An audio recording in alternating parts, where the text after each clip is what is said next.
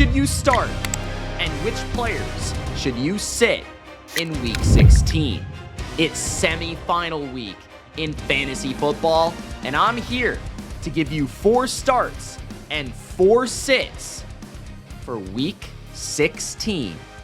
Gronk, spike the like button, and don't forget to subscribe to OwnersBox Fantasy for more fantasy football advice just like this. Let me know in the comments any questions, any lineup decisions that you may have, and I'll give you my best advice to help you advance to your fantasy championship. Let's go. Let's get hype. It's semi-final time. It's must win.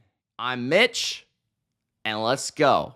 Let's begin at the quarterback position with 4 starts and 4 sits. At quarterback, the first player I want to recommend to start is Kyler Murray versus the Carolina Panthers. I understand that Kyler has not been great as of late in real life or fantasy land. I have Kyler on one of my teams in a semifinal, and I'm starting him. So I'm recommending starting him as well to you, because Kyler Murray takes on the Panthers, a team that has allowed the most passing touchdowns per game in the NFL and the second best passer rating in football this year. So it should be a highly efficient game for Kyler Murray and the Cardinals offense. I think the Cards will be able to run the ball with James Conner, and I think that will open things up for Trey McBride and Kyler Murray to have success through the air. So I would trust Kyler in Carolina. The second quarterback that I've been trusting all season is Baker Mayfield. Baker, the commercial maker, is taking on the Cowboys. He's had 7 touchdowns over his past 2 games. 7 touchdowns. Now he takes on Dallas, who is 5th worst versus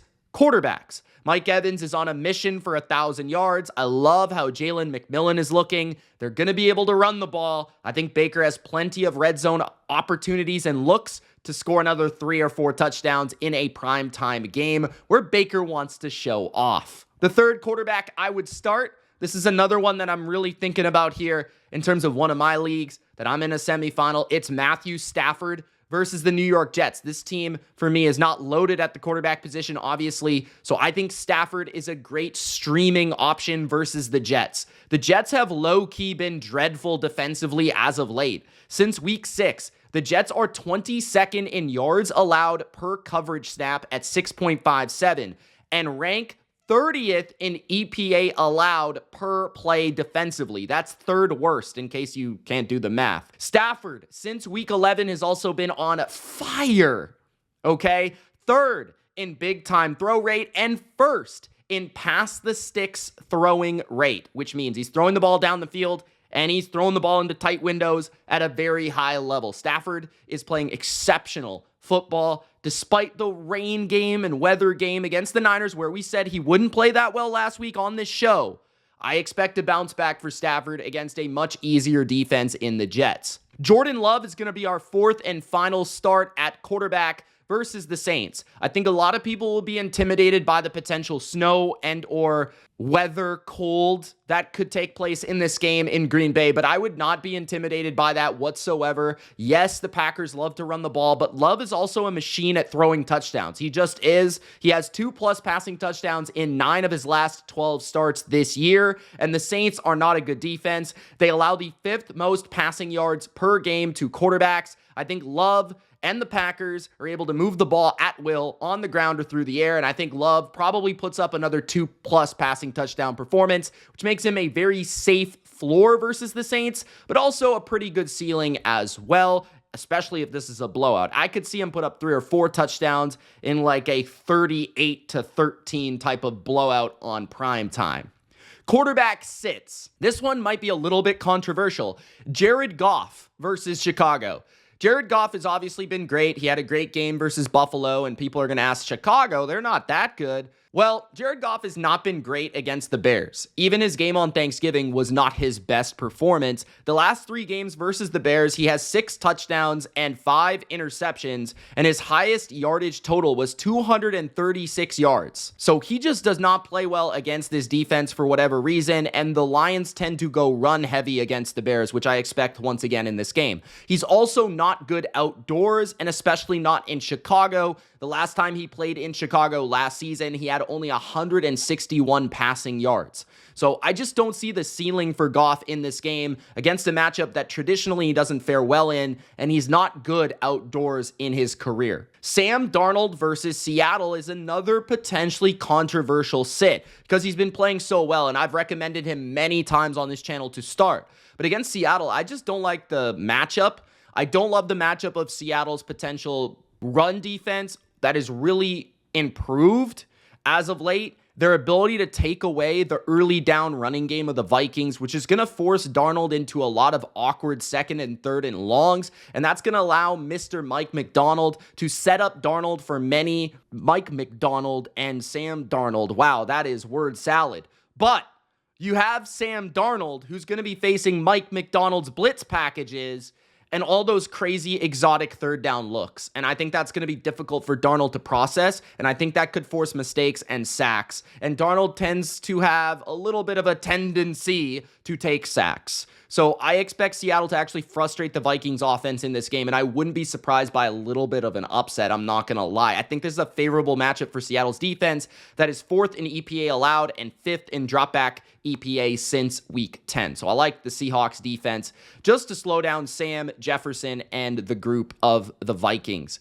Tua Tagovailoa turned the ball over. He's back. We told you. It was a bold recommendation to sit him last week against the Texans. And on TikTok, I got many haters saying that you're an idiot. You shouldn't be sitting Tua. Well, who was right about that one, homies? I was right. And I think I will be right again against the 49ers. First of all, the 49ers have been, I know they have a lot of injuries. They've been really good against the pass this year because I think they have one of the best cornerback groups in football. They have allowed a league low 194 passing yards to quarterbacks this season.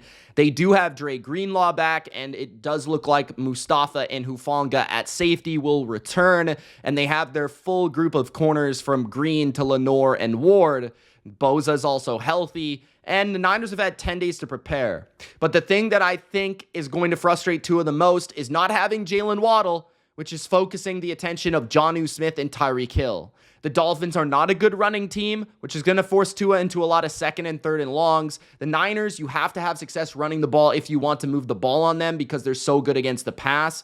And now that they can hone in on that passing game, they've got the linebackers and the safeties with speed to tackle in space against these quick throws and quick screens that Miami's been obsessed with as of late. They haven't really been throwing the ball down the field. And this is the same scheme and defense that he just played in the Texans that gave him so many frustrations. DeMeco Ryans obviously a Niner guy, so many similarities there. Plus, Kyle Shanahan knows Mike McDaniel very well. They're almost best friends. So I expect this to be very difficult. The Niners are the 5th toughest team against quarterbacks this year. Patrick Mahomes will be our final sit at the quarterback position. Yes, Patrick Mahomes. Patrick Mahomes, the golden boy. He is a sit for me on Saturday. One, he does have an injury, so that's going to slow him down, especially in terms of his quickness, elusiveness, and ability to run, which hinders his ceiling. He's taking on the Texans, a defense that we think is awesome. I think is awesome.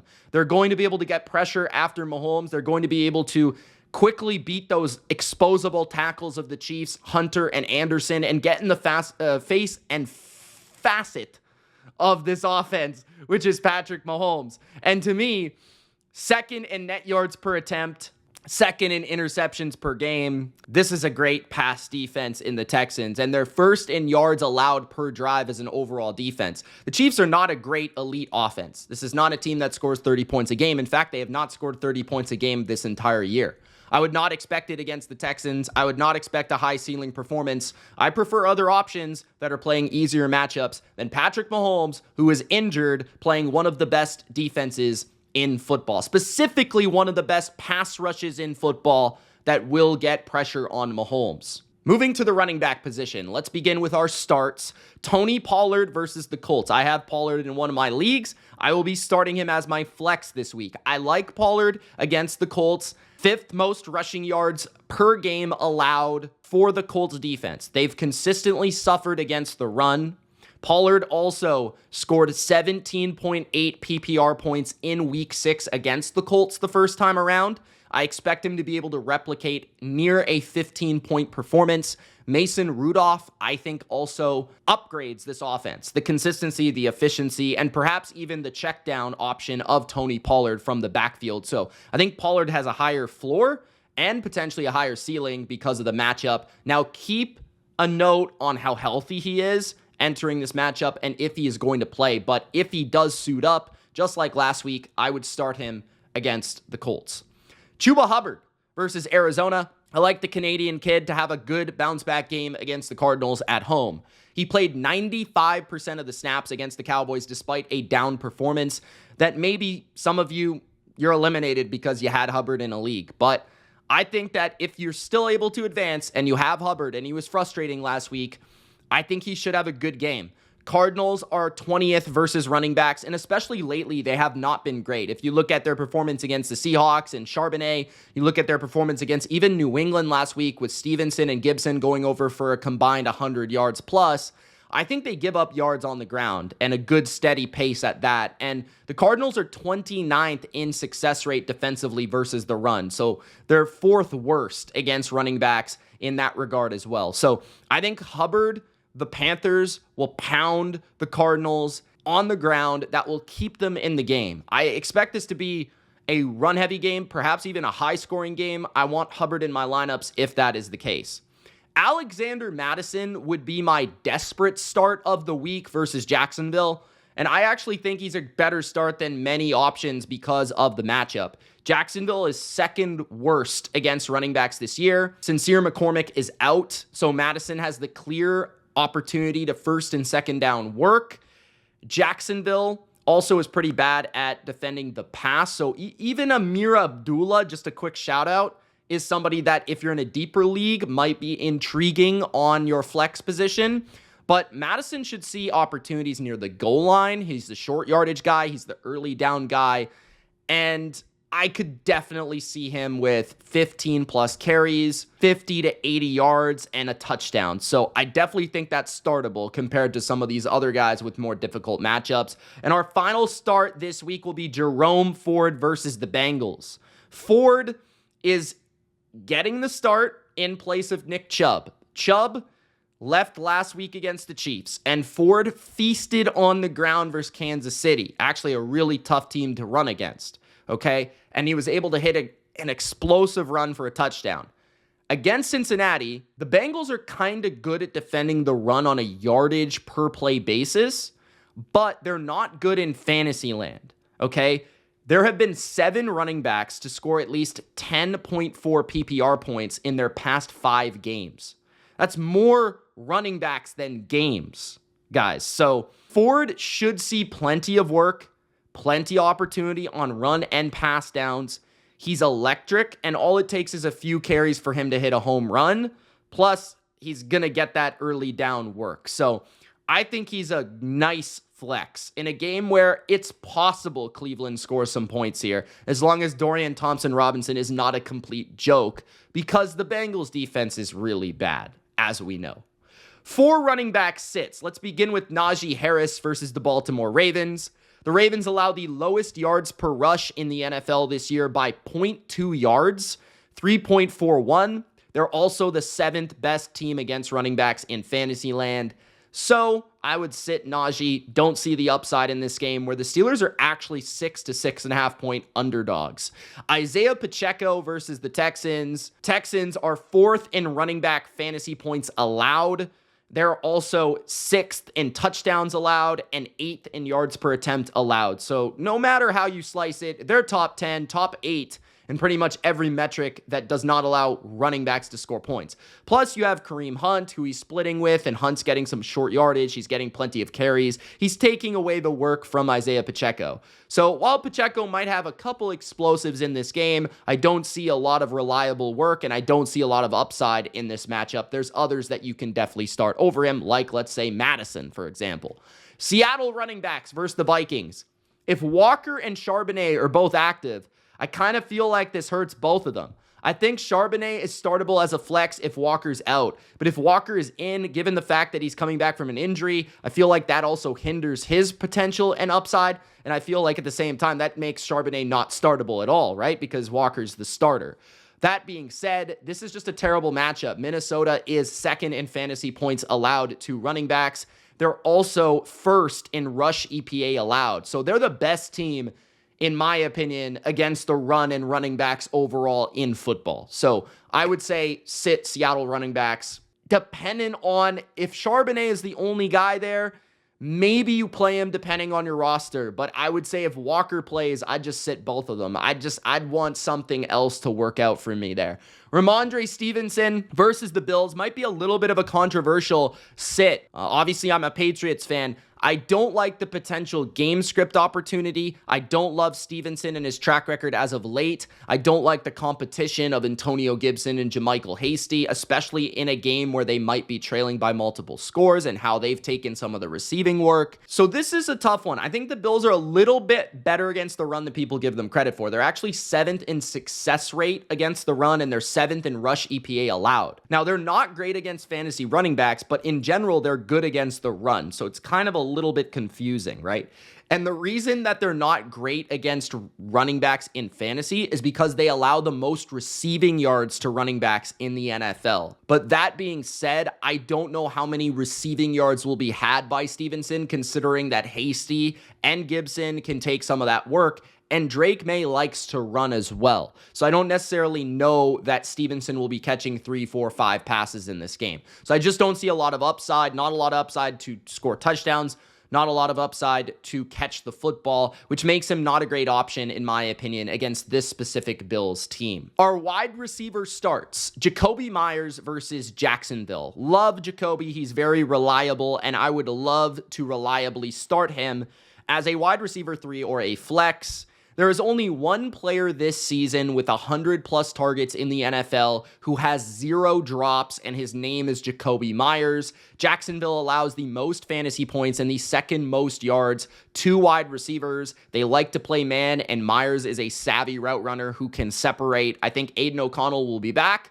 so I think Jakobi is definitely a start. Brian Thomas on the other side versus the Raiders is a start. He's now scored at least 16.6 points in each of his last 3 games. He's also seen 36 combined targets in that time.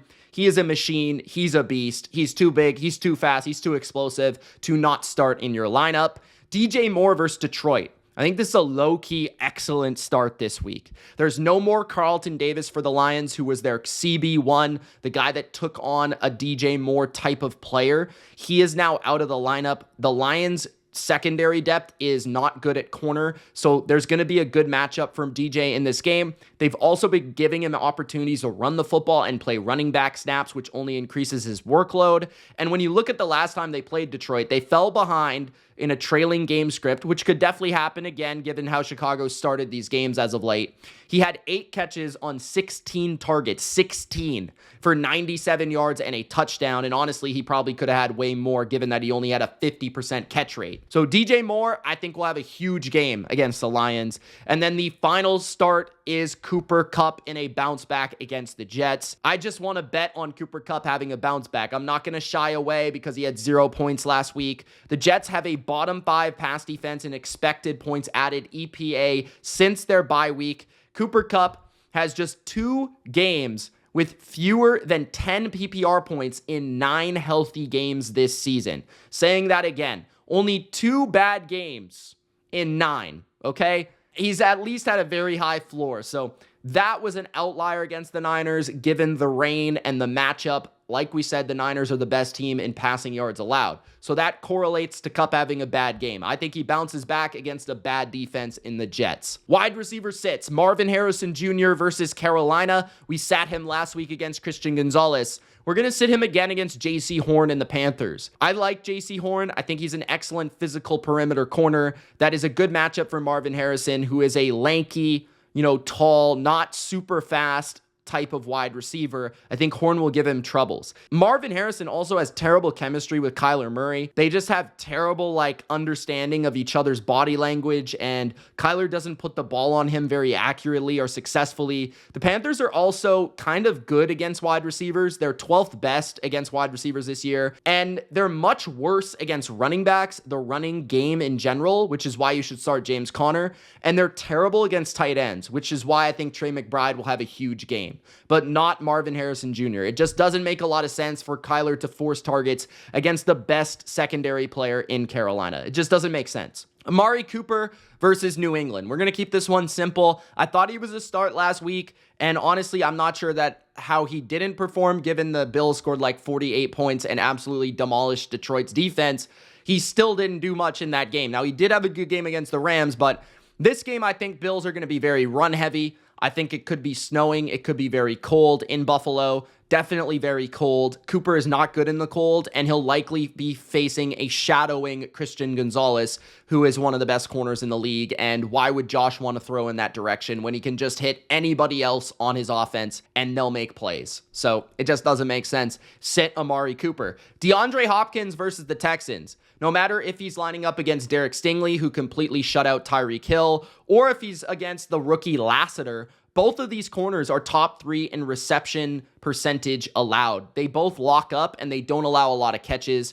D-Hop, I think, could have a solid day of 4 or 5 catches, but I don't think they'll be very explosive. I don't think they're going to be very, enticing for fantasy. I just don't see a huge ceiling. And like I said, I think Mahomes is going to have to get the ball out fast. So I think there'll be a lot of throws to Kelsey, Noah Gray, his running backs, screens, things like that. I don't think D-Hop will be too involved overall in the game plan unless they're trailing late in the game, which I don't necessarily see. I think it's going to be a pretty even game for the 4 quarters. So I would sit D-Hop this week as well. And Jameson Williams is going to be our 4th and final sit. Haven't brought up Jameson many times in this show, but I don't like him this week. Chicago did a good job against him the first time around, limited him to under 10 points, 9 fantasy points, only 28 receiving yards last time. And it's Goff outdoors, which could mean not a lot of vertical passing. And Jameson Williams is their vertical passing specialist. He's the guy that stretches the field. He's the deep threat. He's the guy that gets behind the defense.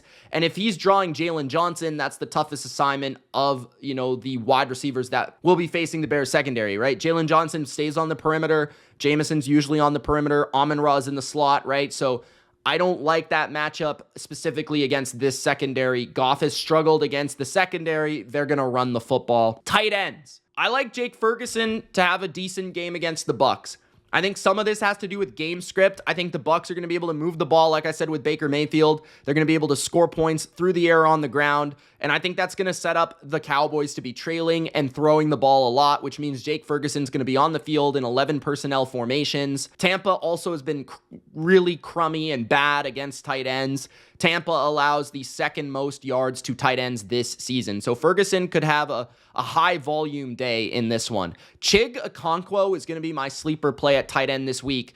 Last week, he had a career game, actually. He had 8 catches against the Bengals, who are a bad team against tight ends, but he plays another pretty poor team against tight ends in the Colts. He's an explosive athlete. He can run after the catch and he can create plays. And Mason Rudolph, what I noticed from him and the Titans when they played, they like to run a lot of play action with Rudolph where their tight ends release into the flat. I could see Chig catching 3 or 4 of those throughout the course of the game and allowing him to create some yards after catch against this defense. So I like him as a startable asset in perhaps deeper leagues. Brenton Strange is another option off the waiver wire this past week that you should start.